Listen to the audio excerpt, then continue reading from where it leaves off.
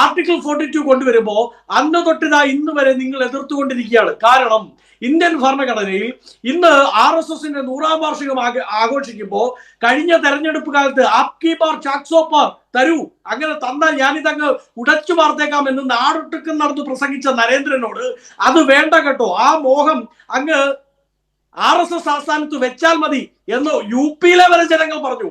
ഇവരുടെ ഏറ്റവും വലിയ വിളനിലമാണ് എന്ന് ഇവർ പറഞ്ഞിരുന്ന UP, ഉത്തർപ്രദേശിലെ നാഗ്പൂരിലെ ജനം ഒറ്റയടിക്ക് പറഞ്ഞു, ഇതാ ആ സ്വപ്നം, ആപ്കി ബാർ ചാക്സോ പാർ, ഭരണഘടന അരച്ചു കലക്കി കുടിക്കാൻ പോകുന്ന പരിപാടി, ആ പരിപാടി വേണ്ട കേട്ടോ എന്ന് കഴിഞ്ഞ തെരഞ്ഞെടുപ്പിൽ പറഞ്ഞു.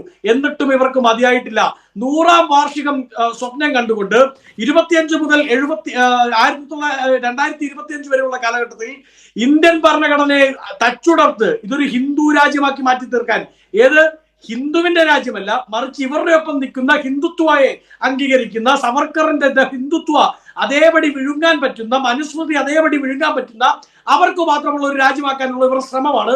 ആ ശ്രമത്തെയാണ് ജനാധിപത്യം തച്ചുടച്ച് ഇവരുടെ കയ്യിൽ കൊടുത്തത് കഴിഞ്ഞ വർഷം. എന്നിട്ടും അവർക്ക് മതിയായിട്ടില്ല. അതിന്റെ അയവ് ഇങ്ങനെ ഇറക്കിക്കൊണ്ട് ഇവർ പറയുകയാണ്,